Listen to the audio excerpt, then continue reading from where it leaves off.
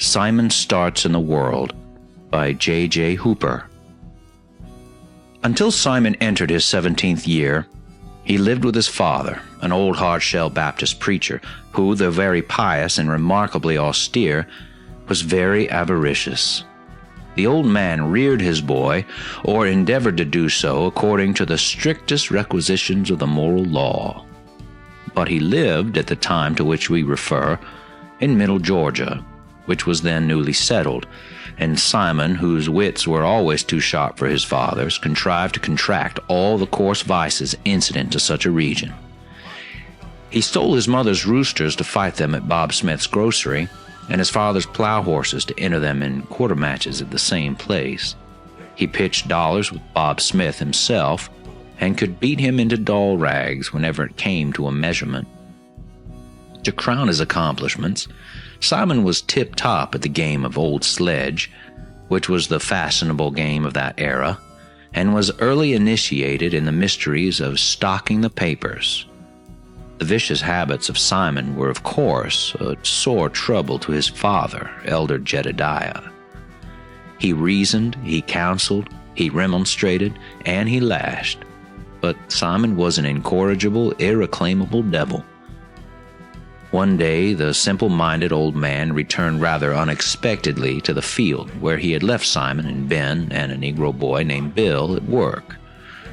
Ben was still following his plow, but Simon and Bill were in a fence corner, very earnestly engaged at 7-up. Of course, the game was instantly suspended as soon as they spied the old man, 60 or 70 yards off, striding towards them. It was evidently a gone case with Simon and Bill, but our hero determined to make the best of it. Putting the cards into one pocket, he coolly picked up the small coins which constituted the stake and fobbed them in the other, remarking, "Well, Bill, this game's blocked. We'd as well quit." "Oh, Mass Simon," remarked the boy, "half that money's mine. Ain't you going to let me have 'em?" "Oh, never mind the money, Bill. The old man's going to take the bark off both of us. And besides, with the hand I helped when we quit, I should have beat you and won it all anyway." "Well, but Master Simon, we never finished the game, and the rule—" "Go to the devil with your rules," said the impatient Simon. "Don't you see Daddy's right down upon us, with an armful of hickories? I tell you, I held nothing but trumps, and could have beat the horns off a billy goat. Don't that satisfy you? Somehow or another, you're damned hard to please." About this time a thought struck Simon, and in a low tone, for by this time the Reverend Jedediah was close at hand, he continued, "But maybe Daddy don't know right down sure what we've been doing. Let's try him with a lie. It won't hurt no way. Let's tell him we've been playing Mumble Peg." Bill was perforce compelled to submit to this inequitable adjustment of his claim to the share of stakes, and of course he agreed to swear to the game of Mumble Peg. All this was settled, and a pig driven into the ground, slyly and hurriedly between Simon's legs as he sat on the ground, just as the old man reached the spot. He carried under his arm several neatly trimmed sprouts of formidable length, while in his left hand he held one which he was intently engaged in divesting of its superfluous twigs. "So, youngsters, you in the fence corner and the crap in the grass, what saith the scripture, Simon? Go to the ant, thou sluggard," and so forth and so on. "What in the round creation of the earth have you and that nigger been a-doing?" Bill shook with fear, but Simon was cool as a cucumber, and answered his father to the effect that they had been wasting a little time in the game of Mumble Peg. "Mumble Peg? Mumble Peg?" repeated old Mr. Suggs. "What's that?" Simon explained the process of rooting for the peg, how the operator got upon his knees, keeping his arms stiff by his sides, leaned forward, and extracted the peg with his teeth.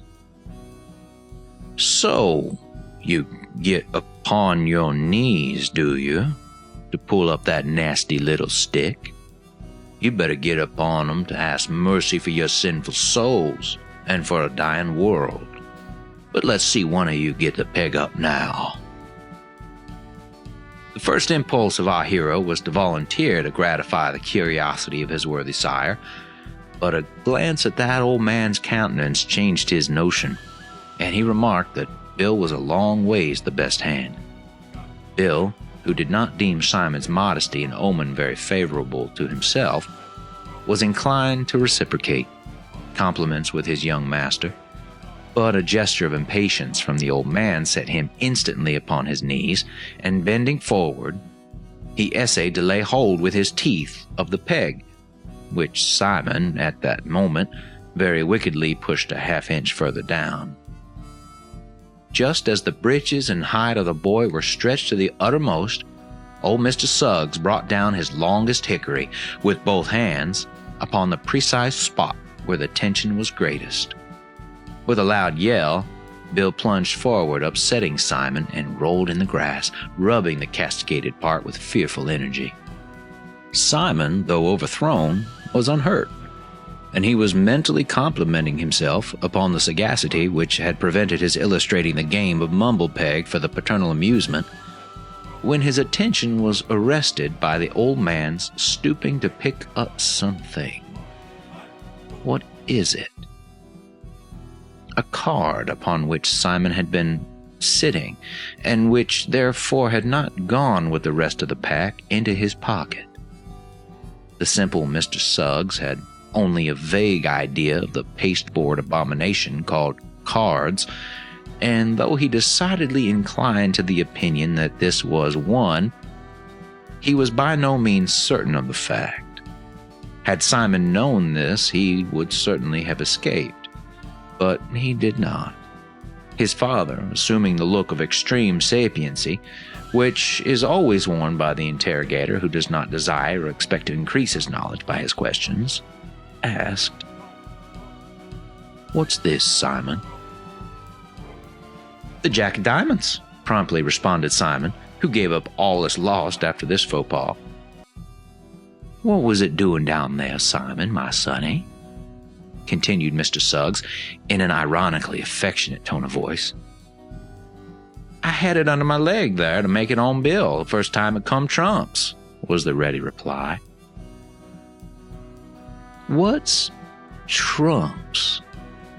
asked Mr. Suggs, with a view of arriving at the import of the word. "Nothing ain't trumps now," said Simon, who misapprehended his father's meaning. "But clubs was when you come along and busted up the game." Part of this answer was Greek to the Reverend Mr. Suggs, but a portion of it was full of meaning. They had then, most unquestionably, been throwing cards. The scoundrels. The audacious little hellions. "To the mulberry, with both on you, in a hurry," said the old man sternly. But the lads were not disposed to be in a hurry, for the mulberry was the scene of all formal punishment administered during work hours in the field.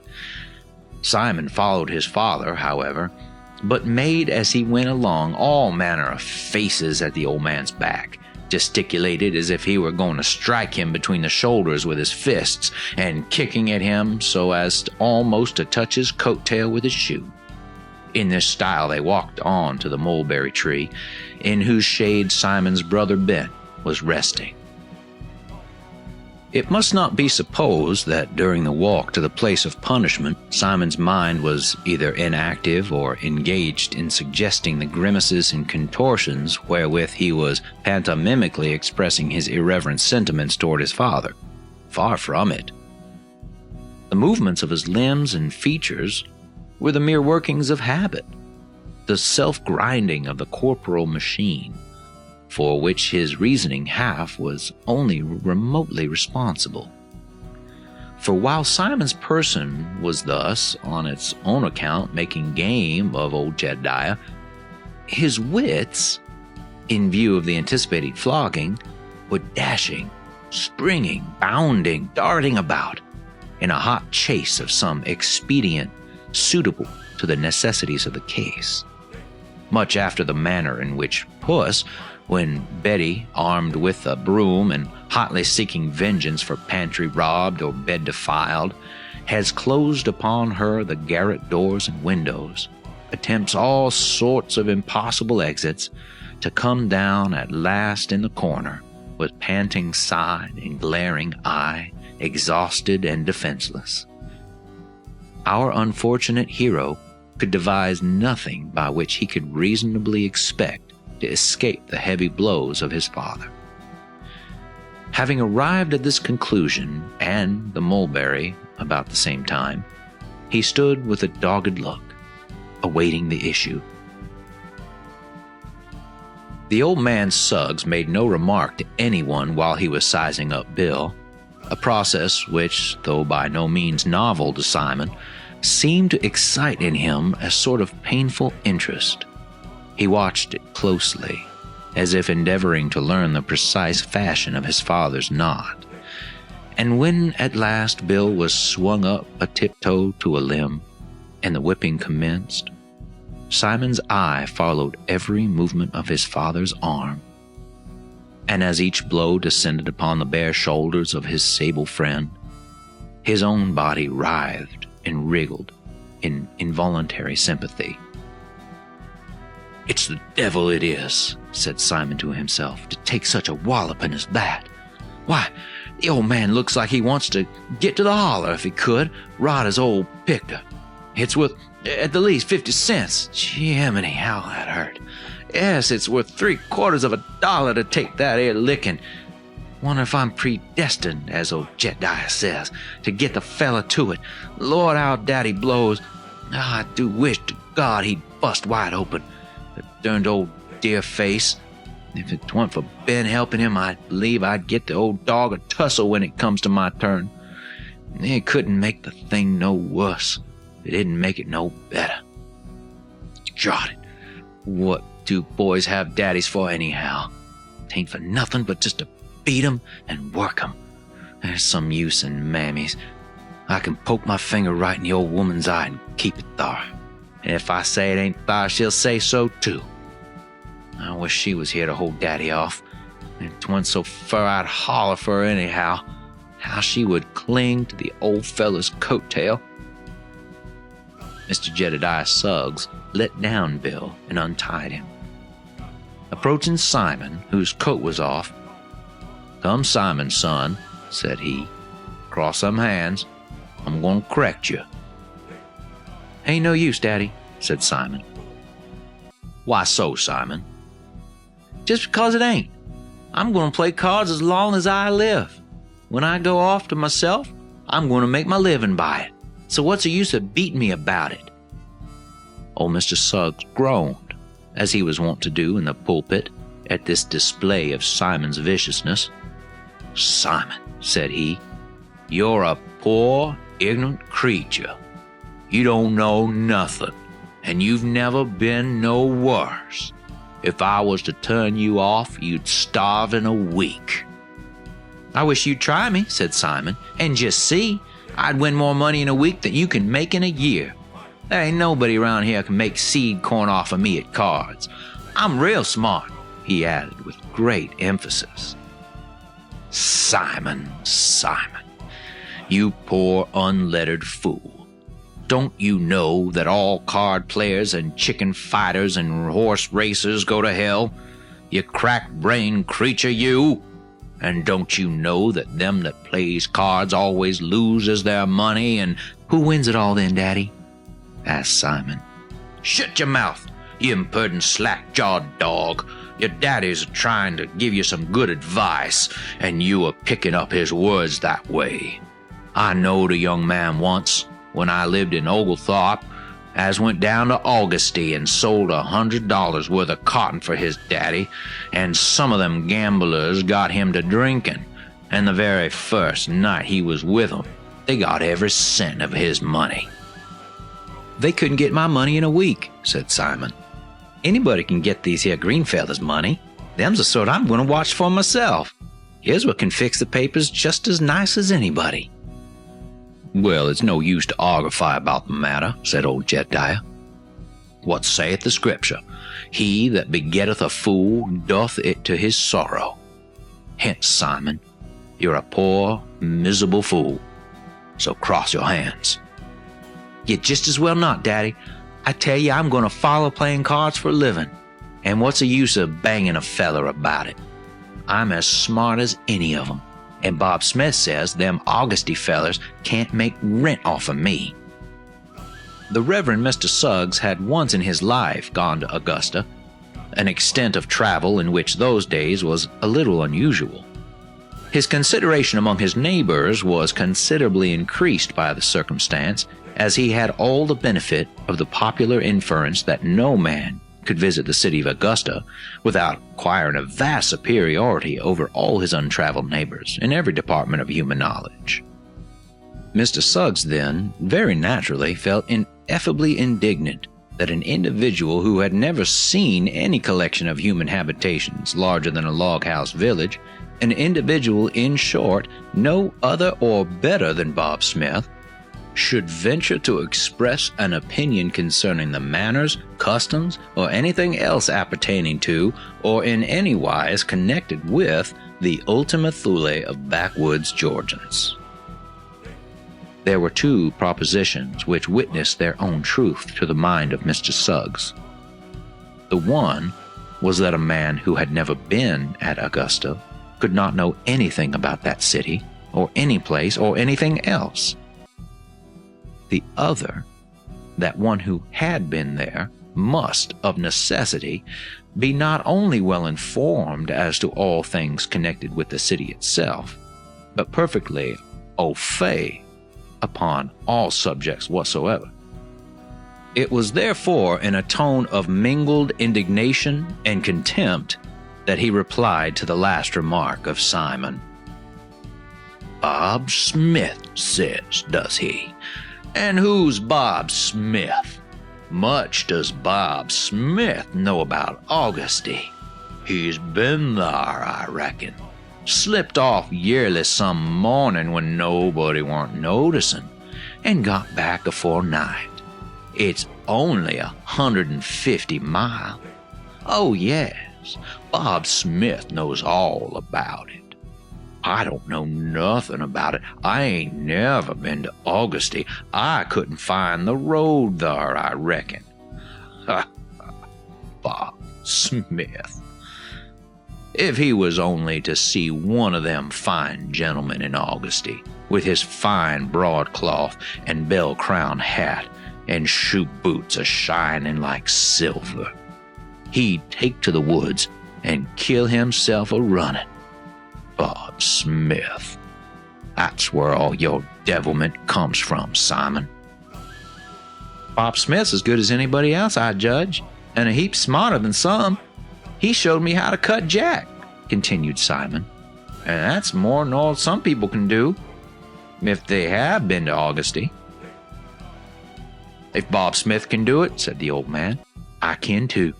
I don't know it by that name, but if it's book knowledge or plain sense, and Bob can do it, it's reasonable to suppose that old Jedediah Suggs won't be bothered bad.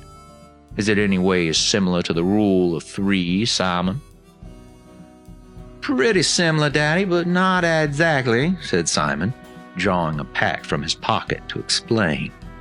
Now, Daddy, he proceeded, you see these here 4 cards is what we call the jacks. Well, now, the idea is, if you'll take the pack and mix them all up together, I'll take off a passel from the top, and the bottom one of them I take off will be one of the jacks. Me to mix 'em first? Said old Jedediah. Yes.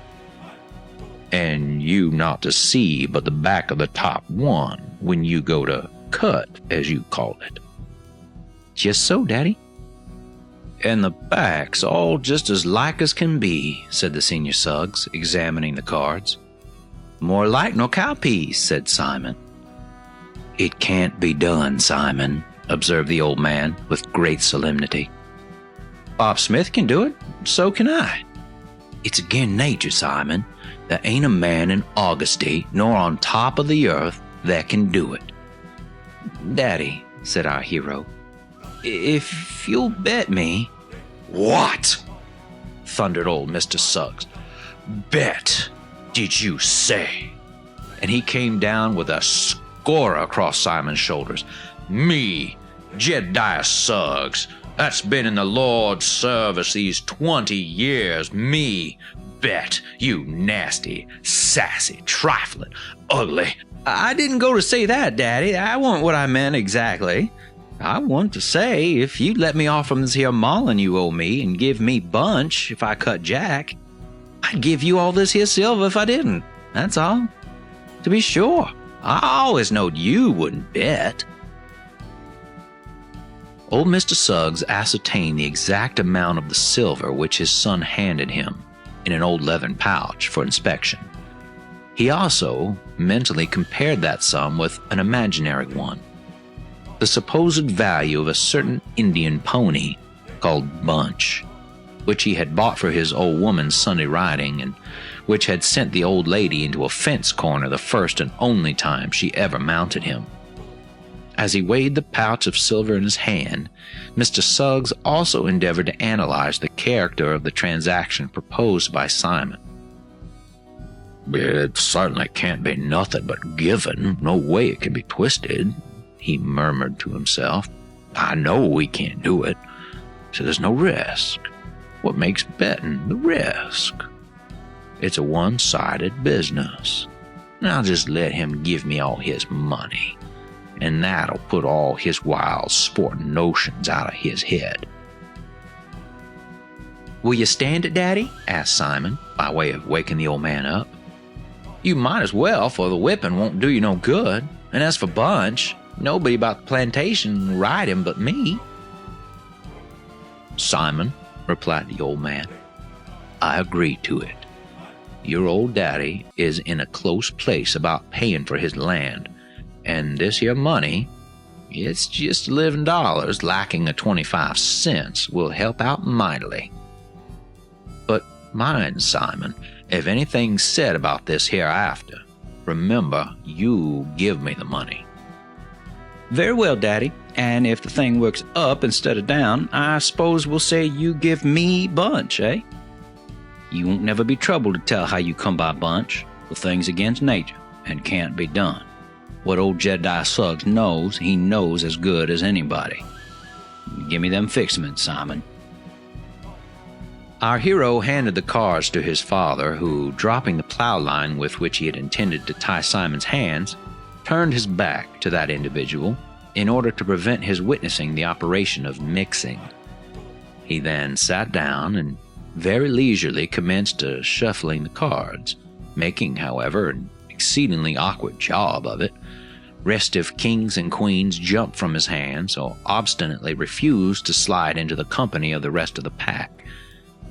Occasionally, a sprightly knave would insist on facing his neighbor or pressing his edge against another's, half double himself up and then skip away.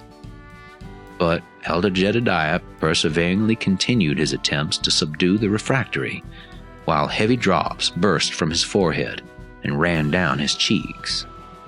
All of a sudden, an idea, quick and penetrating as a rifle ball, seemed to have entered the cranium of the old man. He chuckled audibly. The devil had suggested to Mr. Suggs an impromptu stock, which would place the chances of Simon, already sufficiently slim in the old man's opinion, without the range of possibility. Mr. Suggs forthwith proceeded to cut all the pictor ones, so as to be certain to include the jacks, and place them at the bottom, with the evident intention of keeping Simon's fingers above these when he should cut. Our hero, who was quietly looking over his father's shoulders all the time, did not seem alarmed by this disposition of the cards. On the contrary, he smiled, as if he felt perfectly confident of success in spite of it. "Now, Daddy," said Simon, when his father had announced himself ready, "nary one of us ain't got to look at the cards while I'm cutting. If we do, it'll spoil the conjuration." "Very well." "And another thing, you've got to look me right dead in the eye, Daddy, will you?" To be sure," said Mr. Suggs. fire away. Simon walked up close to his father and placed his hand on the pack.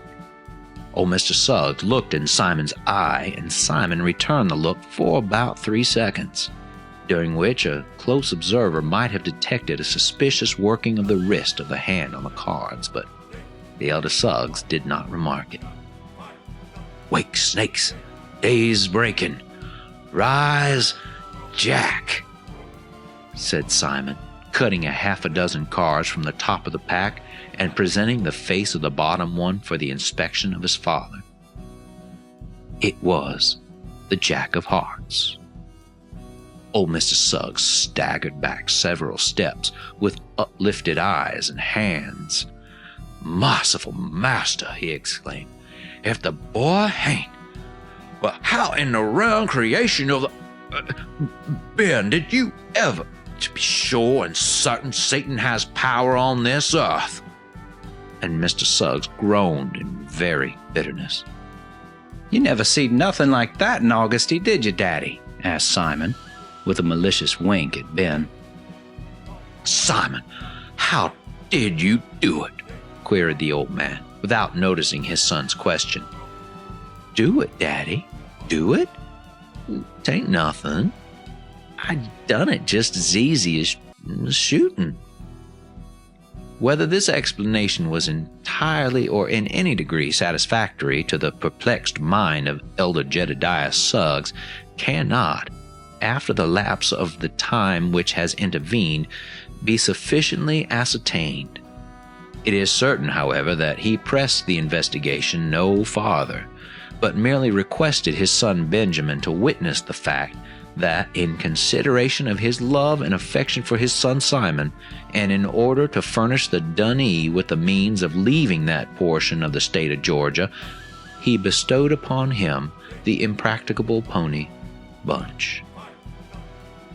"Just so, Daddy, just so. I'll witness that. But it reminds me mightily of the way Mammy give old Trailer the side of bacon last week. She is sweeping up the hearth, the meat on the table. Old Trailer jumps up, gathers the bacon, and darts. Mammy after him with the broomstick as far as the door. Seeing his dog's got the start, she shakes the stick at him and hollers, 'You sassy, egg-sucking, roguish, natty, flop-eared varmint. Take it along. Take it along. I only wish 'twas full of arsenic and ox vomit and blue vitriol, so as 'twould cut your entrails into chitlins.' That's about the way you give Bunch to Simon." "Oh, sure, Ben," remarked Simon. "I wouldn't run on that way. Daddy couldn't help it. It was predestinated. Whom he hath, he will, you know." And the rascal pulled down the underlid of his left eye at his brother. Then, addressing his father, he asked, "Warn't it, Daddy?" To be sure. All fixed aforehand," was old Mr. Suggs' reply. "Didn't I tell you so, Ben?" said Simon. "I knowed it was all fixed aforehand." And he laughed until he was purple in the face. "What's in you? What are you laughing about?" asked the old man wrathfully. "Oh, it's so funny that it could have all been a fixed aforehand," said Simon, and laughed louder than before. The obtusity of the Reverend Mr. Suggs, however, prevented his making any discoveries. He fell into a brown study, and no further allusion was made to the matter. It was evident to our hero that his father intended he should remain but one more night beneath the paternal roof. What mattered it to Simon? He went home at night, curried and fed Bunch, whispered confidently in his ear that he was the fastest piece of horseflesh according to size that ever shaded the earth, and then busied himself in preparing for an early start on the morrow.